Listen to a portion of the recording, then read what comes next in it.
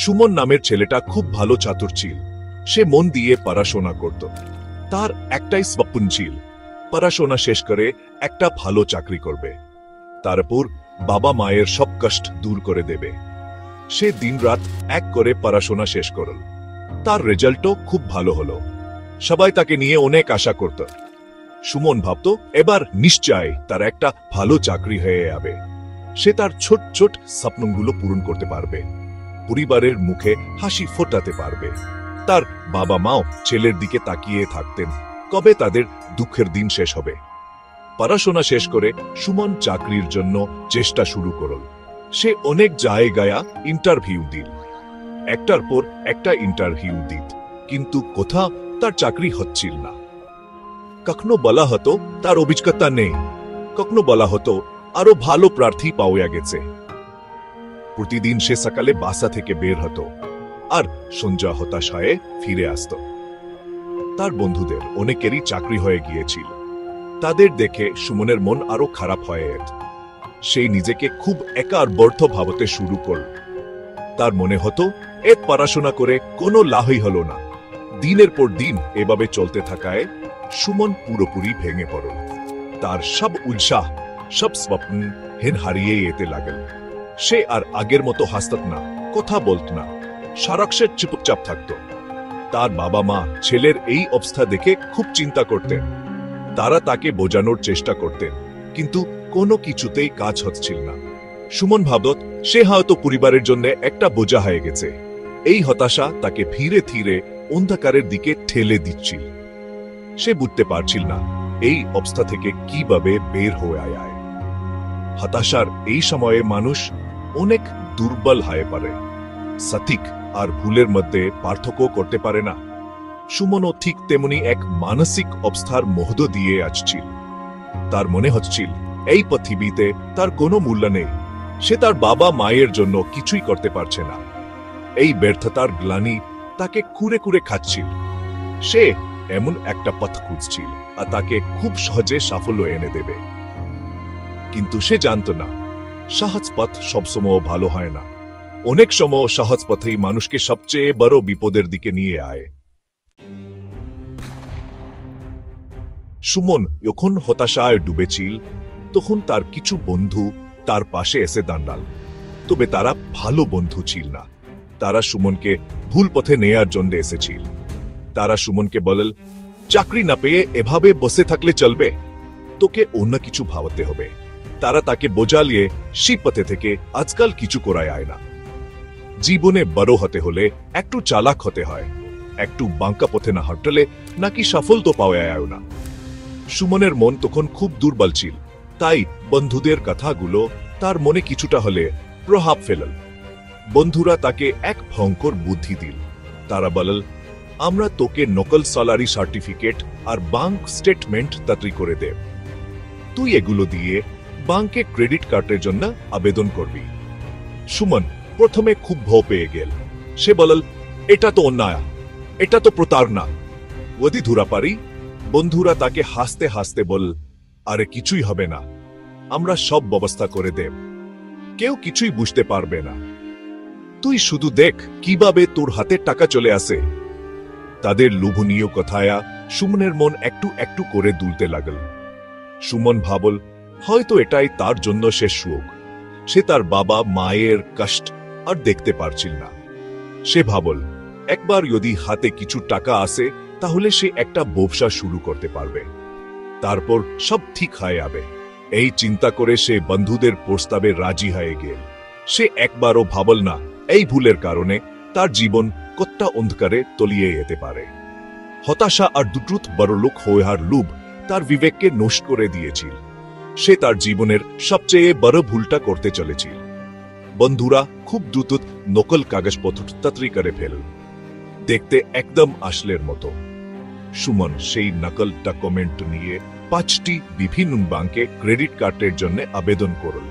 তার ভেতরটা ভয়ে কাঁপছিল, কিন্তু বন্ধুদের কথায়ও সে সাহস পাচ্ছিল। কিছুদিন পর সত্যি সত্যি তার নামে 5টি ক্রেডিট কার্ড চলে এল। কার্ডগুলো হাতে পেয়ে সুমনের ভাই এবং আনন্দ দুটোই হাসছিল। সে ভাবছিল এবার তার সব সমস্যার সমাধান হয়ে যাবে। কিন্তু সে জানত না এটা সমস্যার সমাধান নয়, বরং নতুন এক ভয়ঙ্কর সমস্যার শুরু। ক্রেডিট কার্ডগুলো হাতে পাওয়ার পর বন্ধুরা সুমনকে নতুন স্বপ্ন দেখাল। তারা বলেন, এবার আমরা এই কার্ডগুলো ব্যবহার করে একটা ব্যবসা শুরু করব, অনেক টাকা লাভ হবে, তারপর আমরা ব্যাংকের সব টাকা শোধ করে দেব। সুমন তাদের কথা পুরোপুরি বিশ্বাস করল। সে ভাবল তার বন্ধুরা তাকে সহায় করছে। সে তার সব ক্রেডিট কার্ড বন্ধুদের হাতে তুলে দিল। বন্ধুরা তাকে বলেন তারা ব্যবসার জন্য মালপত্র কিনবে এবং খুব তাড়াতাড়ি লাভ হবে। সুমন তাদের ওপর ভরসা করে বসে রইল একটা সুন্দর ভবিষ্যতের আশায়। বন্ধুরা কার্ডগুলো নিয়ে বিভিন্ন দোকান থেকে দামি জিনিসপত্র কিনতে শুরু করল। তারা সুমনকে বোঝাল এগুলো ব্যবসার জন্যই কেনা হচ্ছে, কিন্তু আসলে তারা নিজেদের জন্য সবকিছু কিনছিল। তারা দামি মোবাইল, ল্যাপটপ আর কত কি কিনল। সুমন কিছুই বুঝতে পারছিল না। সে এখনই তাদের জিজ্ঞেস করত, ব্যবসার কি খবর? তারা বলতো, সব ঠিকঠাক চলছে, তুই কোনো চিন্তা করিস না। সরল বিশ্বাসে সুমন তাদের সব কথা মেনে নিত। সে অপেক্ষা করত কবে তার ব্যবসার লাভ থেকে টাকা আসবে। কিছুদিন পরে হওয়ার তাই হলো। বন্ধুরা হতাহা করে উদয় হয়ে গেল। সুমন তাদের ফোন করতে লাগল, কিন্তু তাদের ফোন বন্ধ। সে তাদের বাসায় গেল, কিন্তু সেখানেও তাদের খুঁজে পেল না। তখন সুমন বুঝতে পারল সে কত বড় একটা প্রতারণার শিকার হয়েছে। তার বন্ধুরা তাকে ব্যবহার করে সব টাকা নিয়ে পালিয়ে গেছে। তার মাথায়ও আকাশ ভেঙে পড়ল। সে কি করবে কিছুই বুঝতে পারছিল না। একদিকে ব্যাংকের বিশাল আইন, অন্যদিকে বন্ধুদের প্রতারণা, সবকিছু মিলিয়ে সে দিশেহারা হয়ে গেল। পরিবারে এই কথা জানাজানি হলে বিশাল জড় উছল। তার বাবা মা ছেলের এই কাণ্ড কিছুতেই মেনে নিতে পারছিলেন না। তারা তাকে অনেক বকাঝকা করলেন। সুমন পরিবারের চোখেও অপরাধী হয়ে গেল। সে ঘরেও থাকতে পারছিল না, বাইরেও যেতে পারছিল না। ব্যাংকের লোকরা টাকার জন্য ফোন করতে শুরু করল। প্রতিদিনের এই মানসিক চাপ সে আর সহ্য করতে পারছিল না। একদিন রাতে সে কাউকে কিছু না বলে বাড়ি থেকে পালিয়ে গেল।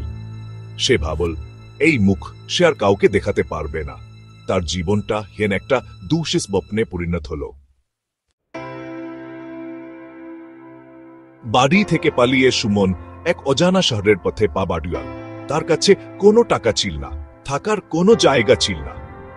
সে বুঝতে পারছিল একটা ভুলের কারণে তার জীবনটা কতটা কঠিন হয়ে গেছে। সে রাস্তায় রাস্তায় ঘুরত, ছোটখাটো কাজ করে কোনো মতে খাবার জোগাড় করত। এই কঠিন সময়ে সে তার ভুলের গভীরতা বুঝতে পারল। সে বুঝতে পাল সহজ পথে বড়লোক হওয়ার স্বপ্ন দেখাটা কত বড় বোকামি ছিল। সততার চেয়ে বড় কোনো সম্পদ নেই। অসে পথে পাওয়া টাকা কখনো শান্তি দেও না, বরং জীবনকে আরো জটিল করে তোলে। অনেকদিন পর সুমনের মনে হলো এভাবে পালিয়ে বেড়ানো কোনো সমাধান নয়। তাকে তার ভুলের মুখোমুখি হতে হবে। সে তার পরিবারের কাছে ফিরে আওয়ার সিদ্ধান্ত নিল। সে এখন বাড়িতে ফিরে এল, তখন তার বাবা মা তাকে দেখে কান্নাও ভেঙে পড়লেন। তারা তাকে বকা দেননি, বরং বুকে জড়িয়ে ধরেছিলেন। সুমন তার বাবা মায়ের কাছে ক্ষমা চাইল। সে প্রতিজ্ঞা করল আর কখনো ভুল পথে পা বাড়াবে না। সে তার ভুলের প্রায়শ্চিত্ত করতে চায়। পরিবার তার পাশে দাঁড়াল। তারা সবাই মিলে ব্যাংকের সাথে কথা বলল এবং ধীরে ধীরে এই ঋণ শোধ করার ব্যবস্থা করল। সুমন এবার সেভাবে জীবন শুরু করার সিদ্ধান্ত নিল। সে একটা ছোট কাজ খুঁজে নিল। বেতন অনেক কম ছিল, কিন্তু সেটা ছিল তার নিজের পরিশ্রমের টাকা। এই টাকাও এ শান্তি ছিল তা সে আগে কখনো পায়নি। সে বুঝতে পারল জীবনের আসল সাফল্য টাকা বা সম্পদে নয়, বরং সততার মানসিক শান্তিতে। ভুল পথে গেলে হয়তো কিছু সময়ের জন্য ভালো থাকায় আয়, কিন্তু তার শেষটা হওয়া খুব ভয়ঙ্কর। অন্যদিকে সেট পথে থাকলে হয়তো কষ্ট বেশি হয়, কিন্তু দিন শেষে মনে একটা শান্তি থাকে। এই শান্তি মানুষকে ভালোভাবে বাঁচতে সাহায্য করে। এই গল্পটা আমাদের একটা বড় শিক্ষা দেয়া। জীবনে চলার পথে অনেক লোভনীয় প্রস্তাব আসতে পারে। হতাশার মুহূর্তে ভুল পথে আওয়ার ইচ্ছা জাগাতে পারে, কিন্তু আমাদের সবসময় মনে রাখতে হবে সততার কোনো বিকল্প নেই। একটি ভুল সিদ্ধান্ত আমাদের পুরো জীবনকে নষ্ট করে দিতে পারে, পরিবার ও আপনজনদের থেকে দূরে সরিয়ে দিতে পারে। তাই আমাদের উচিত সবসময় সে পথে চলা এবং পরিশ্রমের ওপর বিশ্বাস রাখা। কারণ পরিশ্রম করে অর্জন করা যায়, তা হয়তো পরিমাণে কম হতে পারে, কিন্তু তার মূলটা অনেক বেশি। আর সেই অর্জনই আমাদের জীবনে প্রকৃত সুখ ও সম্মান এনে দেয়।